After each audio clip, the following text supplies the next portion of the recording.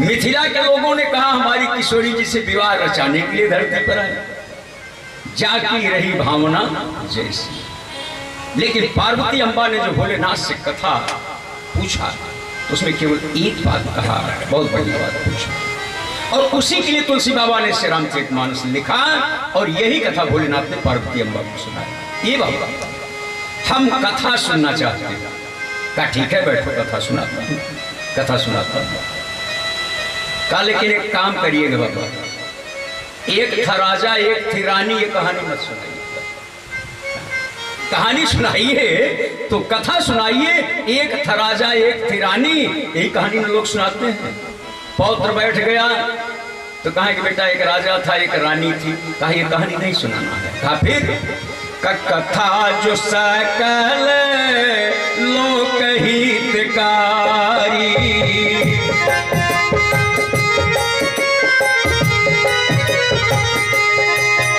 सोई पूछन चह सहेल कुमारी,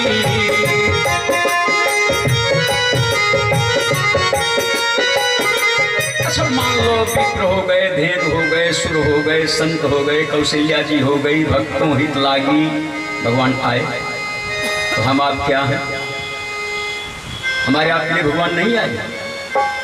ध्यान देना, हमारे आपके लिए ही आए, गृहस्थ के लिए आए, गृहस्थ आश्रम में आए, गृहस्थ का बेटा बन करके आए, गृहस्थ जीवन में विवाह रचाए, गृहस्थ राजा की बेटी से विवाह किया। अब मैं एक तरफ आपका ध्यान लेके चलना चाहता हूं। मनु और शत्रुपा कौन? मनु से ही मानव सृष्टि बनी हुई, मनु से ही मानव सृष्टि बनी हुई। स्वयंभू मनुवर शत्रुपा जिनसे भई नर सृष्टि। तो मनु और शत्रुपा जब गंगा गोमती के तट पर, पावन गोमती के तट पर जब पहुंचते हैं नैमिषारण्य क्षेत्र में, तो जिसके पास पुत्र नहीं होता भगवान को पाने के बाद पुत्र मांगता है, धन नहीं होता धन मांगता है। लेकिन मनु के सामने जब भगवान आए, और कौन आया ध्यान दीजिएगा, यही तो मानस के धरातल पर उतर के देखने की जरूरत है। भगवान सोचे कि मैं चल रहा हूं,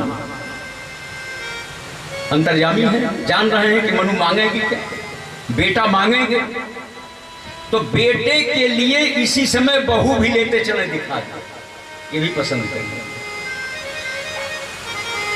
त्रेता काल में राम आए, सीता जी आई, सीता मिथिला में आई, राम जी अयोध्या में।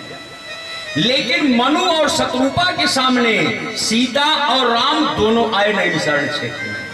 पढ़िएगा चौपा कि वाम भाग शोभति अनुकूला,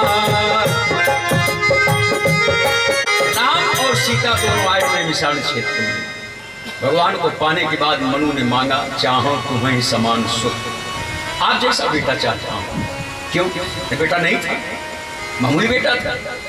निपुतान पाद सुत जासु, ध्रुव हरि भगत भयो सुत तासु।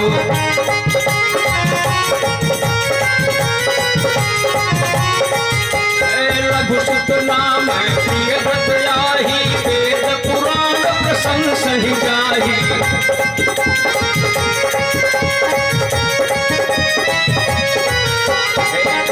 होती पुनिता सुकुमारी, जो मुनि कर दम कई प्रिय नारी।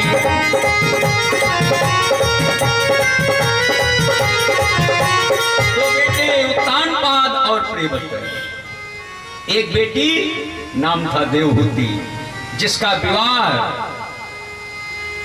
करदम ऋषि से हुआ, जो मुनि करदम कई प्रिय नहीं, और उनकी कोख से साक्षात कपिल भगवान का अवतार होता है। ऐसी संतान के बाद भी मनु ने क्यों बेटा मांगा, चाहो तुम्हें समान सुख।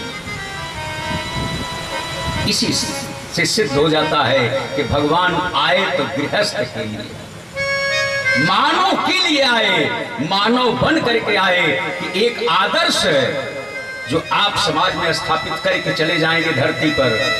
अगर हमारी संतति आपके पद चिन्हों पर चलेगी तो परिवार में राम राज्य, समाज में राम राज्य और राष्ट्र में राम राज्य होगा।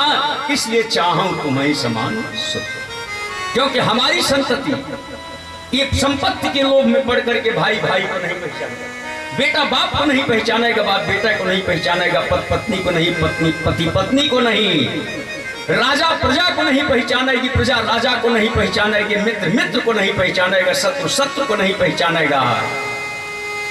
एक एक बिंदु पर चर्चा हो तो 9 दिन केवल यही चर्चा हो जाएगा। कहा आप मेरा बेटा बनकर के अगर आएंगे तो जो पद चिन्ह आप धरती पर छोड़ के जाएंगे, अगर आपके पद चिन्हों पर भैया लोग चले, हमारी संतति चले, और सीता जी के पद चिन्हों पर अगर हमारी बहनें चलें तो परिवार में राम राज्य हो जाएगा, समाज में राम राज्य हो जाएगा। इसलिए चाहूं तुम्हें समान सुख। ये सकल लोक हितकारी कथा बोलना सुना रहा। ध्यान देना, थोड़ा सा आपको अयोध्या कांड में ले चल रहा हूं, फिर मैं मुख्य प्रसंग पर आऊंगा। मांगा तो बाल कांड में मनु शत्रुपन कि चाहो तुम्हें समान सुख, और चले वनपथ पर राम लक्ष्मण सीता तीनों। राम जी आगे आगे आगे, राम लखन बन पाछे, तापस वेश विराजत काछे, उभय बीच श्री सोहत कैसी, ब्रह्म जीव बीच माया। आगे आगे राम जी जा रहे हैं, उनके पीछे चलने वाली किशोरी जी हैं और उनके पीछे लक्ष्मण सीता। तुलसी बाबा ने कहा सीता तुम्हें राम के पद चिन्ह को बचा के चलना है, क्योंकि इसी पद चिन्ह को धरा पर सुरक्षित रखने के लिए मनु ने इन्हें पुत्र के रूप में मांगा है कि इनका पद चिन्ह धरती से मिटने न पाए। तो सीता जी ने कहा बाबा मैं कैसे चलूं? तुलसी बाबा ने कहा मैं आपको चलना बता रहा हूं कि प्रभु पद रेख बीच बीच सीता